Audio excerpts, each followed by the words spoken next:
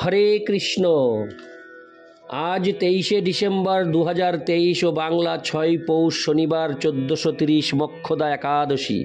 এই একাদশীর দিন আমি শ্রীমদ্ ভগবদ গীতার সপ্তদশ অধ্যায় শ্রদ্ধাত্রয় বিভাগ যোগের শ্লোক 26, 27 ও অন্তিম শ্লোক 28 পাঠ করব। অডিওর শুরুতে আমি সকল ভক্তিমতী মা ও ভক্তবৃন্দের কাছে একটি প্রার্থনা করব, আপনারা আমার এই ছোট্ট চ্যানেল অমৃত গ্রন্থকে অনেক অনেক আশীর্বাদ করুন, সাবস্ক্রাইব করে আমার পাশে থাকুন। আমি যাতে পরবর্তীতে আমি শ্রী চৈতন্য চৈতামৃত পাঠ করে আপনাদের শ্রবণ করাতে পারি। আপনারা আশীর্বাদ করলে আমি এরপর আরও অনেক অনেক অমৃত ধর্মগ্রন্থ আপনাদের পাঠ করে শোনাতে পারবো, এই আশা রাখি আপনাদের আশীর্বাদের জন্য। ভগবান শ্রীকৃষ্ণের কৃপায় আপনাদের আশীর্বাদ পেলে আমি আমার সমস্ত মনোবাসনা পূর্ণ করতে পারবো, এইটুকু আশা রাখি। হরে কৃষ্ণ হরে কৃষ্ণ কৃষ্ণ কৃষ্ণ হরে হরে, হরে রাম হরে রাম রাম রাম হরে হরে। শ্লোক 26 ও 27। সদ্ভাবে সাধুভাবে চ সদিতে তৎ প্রযুজ্যতে প্রশস্তে কর্মণি তথা সশব্দ পার্থ যোজ্যতে যজ্ঞে তপসি দানে চ স্থিতি সদিতি চোচ্যতে কর্ম চৈব তদর্থীয়ং সদিত্যেবাভিধীয়তে। অনুবাদ: হে পার্থ, সদ্ভাবে ও সাধুভাবে সৎ এই শব্দটি প্রযুক্ত হয়, তেমনি শুভ কর্মসমূহে সৎ শব্দ ব্যবহৃত হয়। যজ্ঞে, তপস্যায় ও দানে সৎ শব্দ উচ্চারিত হয়। যেহেতু কর্মসমূহ ব্রহ্মোদ্দেশক হলেই সৎ শব্দে অভিহিত হয়ে থাকে। তাৎপর্য: প্রশস্তে কর্মণি বা নির্ধারিত কর্তব্য কর্মসমূহ কথাগুলির অর্থ এই যে বৈদিক শাস্ত্রে নানা রকম পবিত্র কারক কাজকর্ম করার নির্দেশ দেওয়া আছে, যা গর্ভাধান থেকে শুরু করে জীবনের অন্তিম সময় পর্যন্ত পালনীয়। জীবনের পরম সিদ্ধি লাভ করার উদ্দেশ্যে এই সমস্ত পবিত্র কারক কর্তব্যগুলির অনুষ্ঠান করা হয়। এই সমস্ত ক্রিয়াকলাপে ওং তৎসৎ মন্ত্র উচ্চারণ করার নির্দেশ দেওয়া হয়েছে। সদ্ভাবে ও সাধুভাবে শব্দগুলি দিব্য স্থিতিকে সূচিত করে। কৃষ্ণ ভাবনাময় ক্রিয়াকলাপকে বলা হয় সত্য, এবং যিনি কৃষ্ণ ভাবনাময় ক্রিয়াকলাপ সম্বন্ধে সম্পূর্ণভাবে সচেতন তাকে বলা হয় সাধু। শ্রীমদ্ ভাগবতে বলা হয়েছে যে সাধুসঙ্গ করার ফলে অপ্রাকৃত বিষয়বস্তু সম্বন্ধে স্পষ্টভাবে অবগত হওয়া যায়। এই সম্পর্কে শ্রীমদ্ ভাগবতে ব্যবহৃত কথাগুলি হচ্ছে: শতাং প্রসঙ্গাত সাধুসঙ্গ ব্যতীত দিব্যজ্ঞান লাভ করা সম্ভব নয়।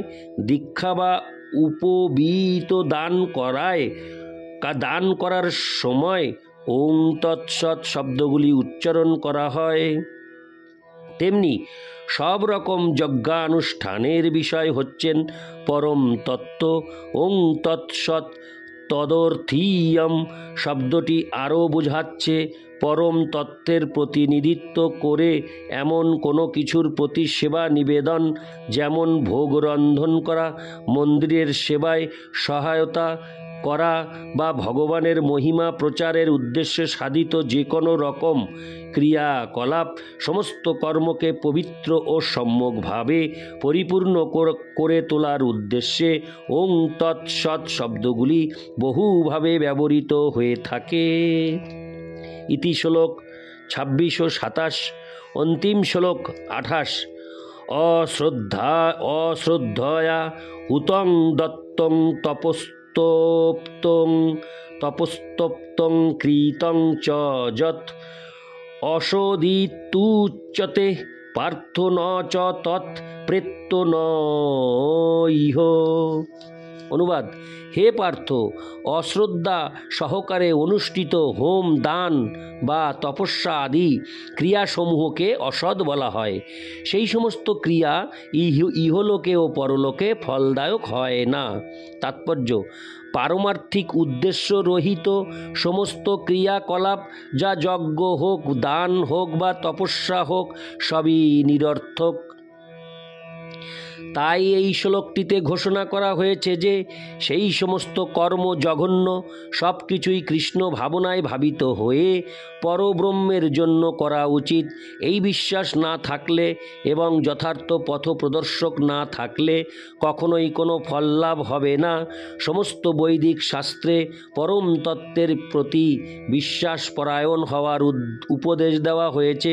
সমস্ত বৈদিক শাস্ত্র নির্দেশ আদি অনুসরণের চরম লক্ষ্য হচ্ছে পরমেশ্বর ভগবান শ্রীকৃষ্ণকে জানা। এই নীতি অনুসরণ না করলে কেউই সাফল্য লাভ করতে পারে না। তাই সদ্গুরুর তত্ত্বাবধানে থেকে প্রথম থেকেই কৃষ্ণ ভাবনাময় হয়ে ভক্তিযোগের অনুশীলন করা এই শ্রেষ্ঠ পন্থা। সব কিছু সাফল্যমণ্ডিত করে তোলার এটি পরম উপায়। বদ্ধ অবস্থায় মানুষ দেব দেবী, ভূত প্রেত অথবা কুবের আদি যজ্ঞদের পূজা করার প্রতি আকৃষ্ট হয়। রজ তমগুণ থেকে সত্ত্বগুণ শ্রেয়, কিন্তু যিনি প্রত্যক্ষভাবে কৃষ্ণ ভাবনা গ্রহণ করেছেন তিনি এই জড় প্রকৃতির তিনটি গুণেরই অতীত। যদিও ক্রমান্বয়ে উন্নতি সাধন করার পন্থা রয়েছে, কিন্তু শুদ্ধ ভক্তের সঙ্গলাভ করার মাধ্যমে সরাসরিভাবে কৃষ্ণ ভাবনা গ্রহণ করার পন্থাটি সর্বশ্রেষ্ঠ এবং এই অধ্যায়ে সেটি অনুমোদিত হয়েছে। এভাবে জীবন সার্থক করতে হলে সর্বপ্রথমে সদ্গুরুর পাদপদ্মে আশ্রয় গ্রহণ করতে হবে এবং তার তত্ত্বাবধানে প্রশিক্ষিত হতে হবে। তখন পরম তত্ত্বের প্রতি বিশ্বাসের উদয় হবে। কালক্রমে সেই বিশ্বাস যখন পূর্ণতা প্রাপ্ত হয় তখন তাকে বলা হয় ভগবৎ প্রেম। এই প্রেমই জীবসমূহের পরম লক্ষ্য। তাই প্রত্যক্ষভাবে কৃষ্ণ ভাবনা গ্রহণ করা উচিত। সেটি এই সপ্তদশ অধ্যায়ের বক্তব্য। ইতি শ্লোক 28। এই সাথেই শেষ হলো সপ্তদশ অধ্যায়।